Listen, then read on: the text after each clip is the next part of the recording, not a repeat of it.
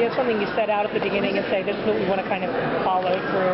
Yeah, we always do. And last year for Barry, it always starts with the main character. And last year for Barry, it was just year one of trying, being a superhero and trying to figure out how to do this. And certainly by the end of the year, he assembled his team and kind of gotten a handle on his powers. And obviously he avenged, his mother's death. And this year, it's really about like, okay, now I'm the Flash. What does that mean?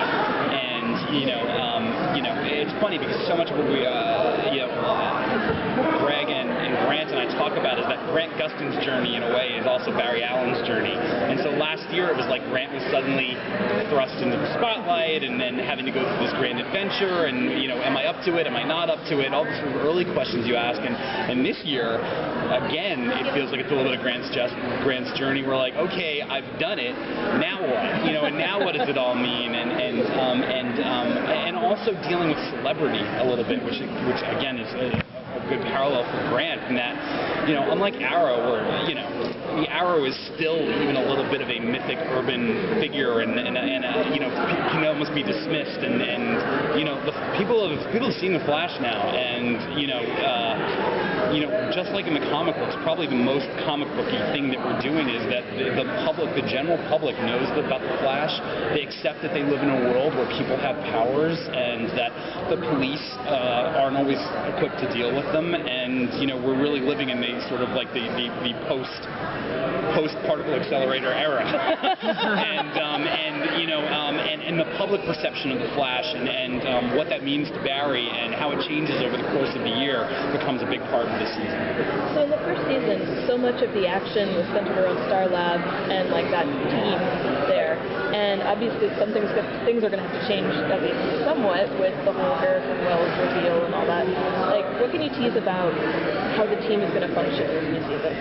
I think part of the early episodes are figuring out how are they going to continue to do that.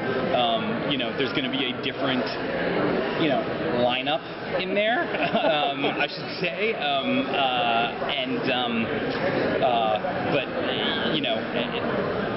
it's hard to talk about because it's a secret and it's really cool. But I want you guys, we really want everybody to experience it, because there are a lot of big surprises. But I think, look, some things are going to be exactly the same. There's Cisco's always going to be naming the villains, and the brotherly relationship that Caitlin has with Cisco will continue, and for all the people who ship Snowberry, you'll still get your moments, but and Joe will always be the what the hell is going on? I don't understand any of this. But you saw Iris really became part of the team, and we really see that one of the great things that Iris is able to do is really be a leader. And this season, one of the fun things that we see is we really see Iris West, ace reporter. It's another avenue. It's another avenue of investigation. It's another agency. For the show to work with, which is very fun. And, I mean, people just have to see it. So basically that suggests that the wormhole is not going to send us all back 6 months and reverse everything over again. No. What the effect of the singularity? The effect of the singularity is going to create the main storyline drive for season 2. But how that is, it's not that. Excellent.